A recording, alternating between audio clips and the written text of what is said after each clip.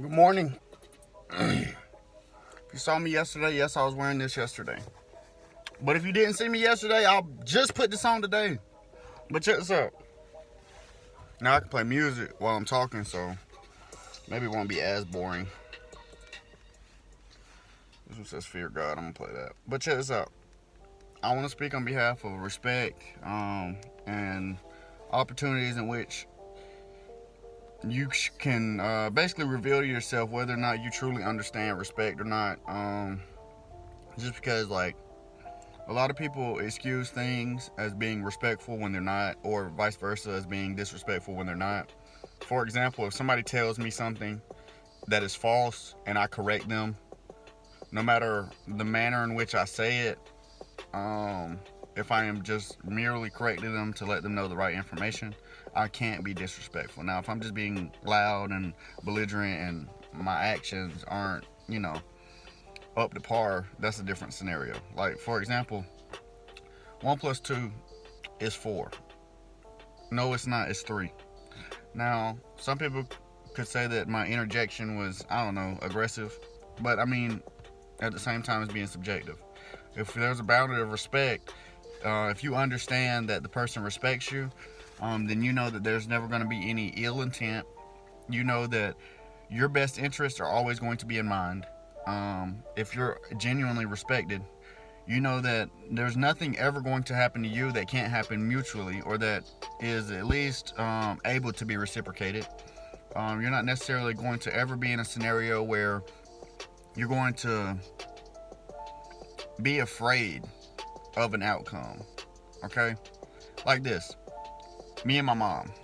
Alright, we don't have a very close relationship, but like if I told my mom something, I don't think she's gonna go buck wild or anything. But if respect didn't exist, I would never tell her anything. I would never have anything to talk about. I would always keep everything secret. Um, because for what? Why would I need to expose myself to someone? But if it's your mother, she also is the main source of why you're here. So, you know what I'm saying? If my mom tells me to go do something and I don't do it, I'm being disobedient and therefore I'm being disrespectful. If your mom is in charge of your life and buys you food, houses you, then you cannot be disrespectful. You can, but to be disrespectful in that scenario is only going to set you up for failure once you're actually inclined to be seeking people that aren't bound to you by blood. All right, and if you choose disrespect in those paths, it might work. I know a couple people that are very very disrespectful. That's fine. That's all cool, you know. But I'm not gonna continuously put myself around them. I'm not gonna make sure I reach out to them all the time, make sure I'm being genuine to make sure that they can get a step up when in the grand scheme it's not going to be vice versa and they're not going to be looking out for me. A lot of the times I like to, equivocate love and respect because I don't think that you can love somebody without respecting them, nor do I think that you can respect somebody without loving them. Because love isn't having sex, love isn't kissing, loving isn't touching. You don't have to touch to be in a love relationship. All right, you don't. Um, but love is a foundation of a pathway. Okay, I don't know why people think that love is the most important initial thing to have in a relationship.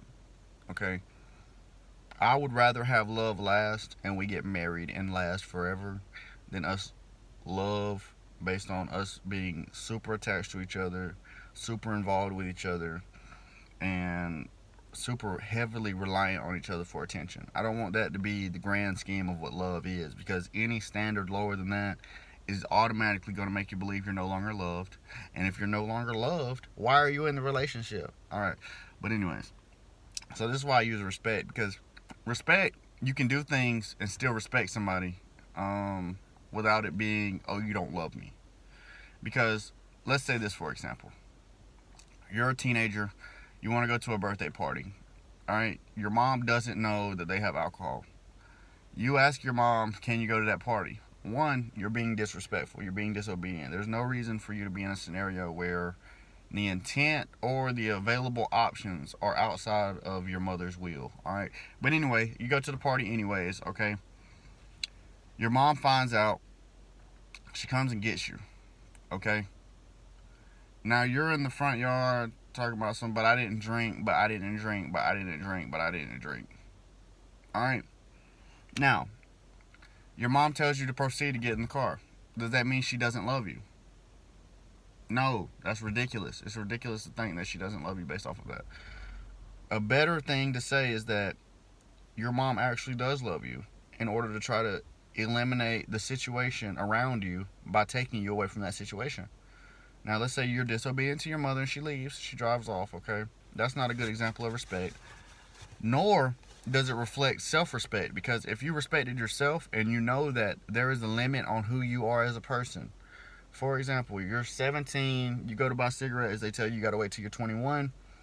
You go talk to somebody in the parking lot, you get them to buy you cigarettes, blah, blah, blah. You're being disrespectful and disobedient. Like, you're willingly avoiding the law, which shows your intent is to break the law. You're willingly going against what is, recommended for your body. So you don't respect your body as your temple. Okay?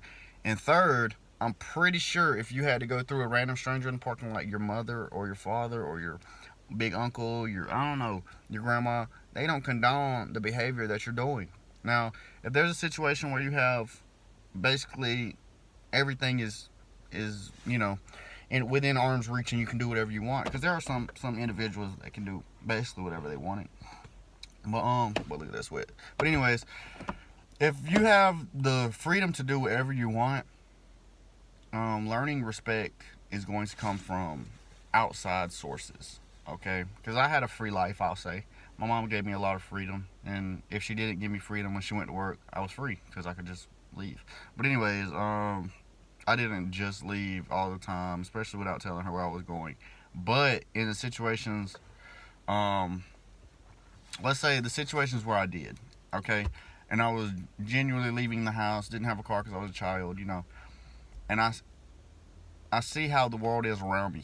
But in the grand scheme, you really learn respect when you're by yourself in the world from the world, but not from human examples, if that makes sense. Like, for one example, all right, you pet a dog, okay, a random dog. The dog may give you attention, dog may growl, dog may bark, whatever. All right, you go back, you offer the dog a treat.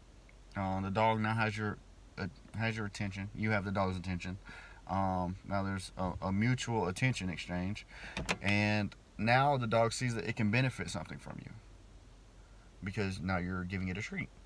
You return. Now you're reliant on the treats for the dog's attention, and the dog's reliant on the treat to trust you.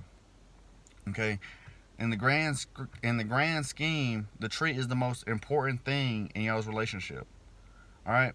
So if you just replace treat with attention or late night phone calls or anything that is necessary for attention, if they're necessary for that attention, that foundation is already shattered, because now it's going to have a higher expectation on what it should have been instead of the foundation of just respect, mutual respect, and it working from there. Because there are opportunities where you could walk up to a dog, the dog can look at you, size you up, still come up to you, do that little guarded slow walk where they smell you, tail raised, hair raised on the back, very cautious.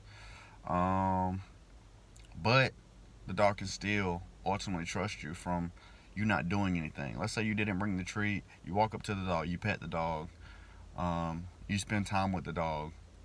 It's raining outside, the dog's on a chain, you take the dog off the chain, put him under the carport.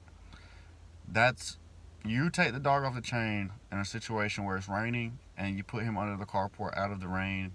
That shows that what you feel for the dog is enough for you to want the dog to have a better opportunity when you can make change. And if you can give the dog a better opportunity where they can make change, it's not necessarily respect the dog. You respect their life. And when you respect the life, that's when the love can come. If you don't understand the principle of the life, you can't understand the principle of love when love is not a feeling from the life. If that makes sense. Like, a lot of people try to say, you love somebody when you get butterflies in your stomach, blah blah blah, you can't help but think about them, blah blah blah. Well, I'm gonna let y'all know something. I can give y'all two examples where both of those are fallacies or involve something else. I'm just gonna use the latter of the two examples where you can't stop thinking about them all day. If you got in a traffic stop with your homeboy and your homeboy left 10 pounds of cocaine and you got arrested, I bet every single day of your life you would think about your homeboy and not love him. Okay? Or nor respect him. Okay? So, I'm gonna rewatch this. I don't usually do that, but I'm gonna rewatch this video and see what it's looking like. It's 10 minutes. I didn't want to make this long, but I also just wanted to get the point across that it's not about sensationalizing the act of love. Like, making it something you can feel is just to make you feel better. And if you do that little coping mechanism, it's only going to get worse when things don't work out. Like, whenever I went to college, my mom was so far from me, but like, I always tried to be hard as a kid, I guess, where stuff like that wouldn't affect me. Man, I'm going out of town, I'm good, you know. Well, when I moved away, it was like, dang, bro, like, where's my unit, you know, my family? Like, I've spent all this time with them. Like, I wasn't necessarily like having withdrawal or anything like that. I wasn't crying every night. But anyways, in the grand scheme, I knew that love was not how I felt about my family, but love was cemented in me from respecting and honoring my family. Like, you can feel sad from something happened to a loved one, but every sad feeling for someone you claim to love isn't love. If that makes sense. But I'm gonna head out. Y'all be safe. I may have worn this yesterday. That doesn't matter though.